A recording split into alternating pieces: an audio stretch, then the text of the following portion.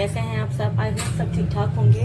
आज मैं आपके लिए लेकर आई हूँ बहुत ही मज़ेदार सी रजब की टिक्कियाँ जो रजब के महीने में बनती हैं।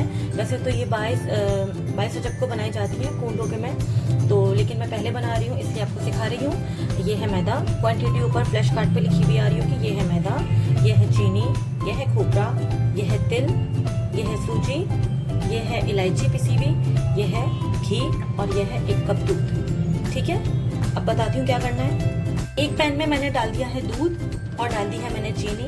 अब मैं क्या करूँगी, इसको हल्का सा गर्म करूँगी। जब चीनी मेल्ट हो जाएगी तो फिर मैं इससे ही आटा गूंदूंगी। ठीक है, देखें मैंने दोनों को अच्छे तरीके से मिक्स कर लिया है और आपको इतना अच्छे से मिक्स करना है कि जो चीनी का दाना है ना ये बिल्कुल डिजोल्व हो जाए, वरना जिस टाइम आप आटा गूंदेंगे ना तो ये बीच में आएगा। ऐसे नहीं करना है, इसको बिल्कुल हल कर लेना है इसके अंदर। ठीक है, ये देखें और फिर ठंडा करेंगे और फिर आटा गूंदेंगे। देखें अब ये जो था दूध और चीनी वाला मिक्सचर ठंडा हो चुका है। ठीक है, अब मैं क्या करूँगी, एक बड़े से इसके अंदर ये डालूंगी। ठीक है, मैंने मैदा डाल दिया। अब मैं शामिल करूँगी इसके अंदर ये खोपरा। ठीक है, अब जाएगा इसके अंदर ये सूजी। ठीक है, अब शामिल करूँगी इसके अंदर ये तिल। इसके अंदर जाएगा ये इलायची पाउडर, मैंने चीनी के साथ पीसा था। ठीक है, और ये जाएगा इसके अंदर घी। ठीक है, बहुत इजी है, हर चीज़ एक साथ डाल दीजिएगा। और अब मैं क्या करूँगी, इस मिक्सचर से इसको घोल लूँगी। ठीक है, ये देखें मैं अच्छे तरीके से इसका आटा गूंथती हूँ, फिर आपको दिखा देती हूँ। ये देखें आपका आटा इतना चिकना होना चाहिए। इसको थोड़ा सा इस तरीके से गूंदेंगे और फिर इसको आधे घंटे के लिए रख देंगे। ठीक है, फिर आधे घंटे बाद इसकी पूरियां बनाना शुरू करेंगे। मैं आपको दिखाती हूँ आधे घंटे के बाद। ठीक है, ये देखें आप देख रहे हैं इसको इतना चिकना होना चाहिए।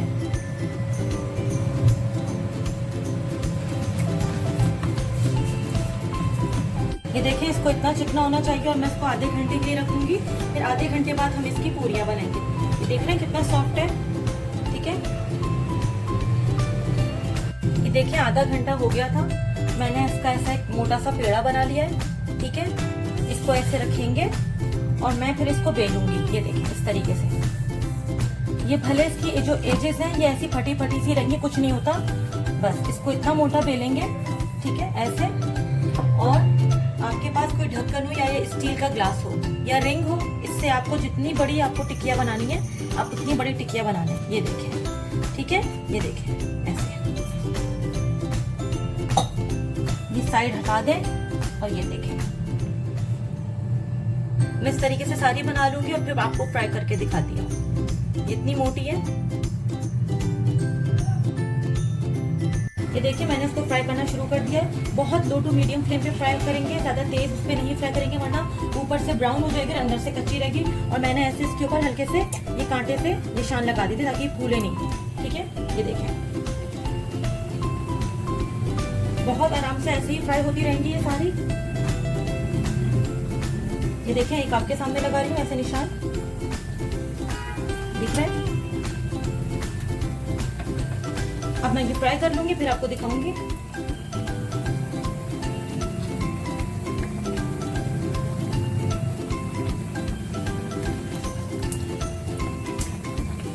ये देखिए इसको इतना लाइट ब्राउन आपको फ्राई करना है, बिल्कुल डार्क नहीं करना है वरना अंदर से ये जल जाएगी। ठीक है, हल्के हल्के हाथ से इसको घुमाते रहे इस तरीके से। ये देखिए ये बहुत सॉफ्ट है और ठंडे होके जो है ना ये बिल्कुल हो जाएगी कुरकुरी सी। ये देखिए। ठीक है, मैं सारी ही इस तरीके से हल्की आंच पे फ्राई करूंगी और फिर आपको डिश आउट करके दिखाती हूँ। ये देखिए,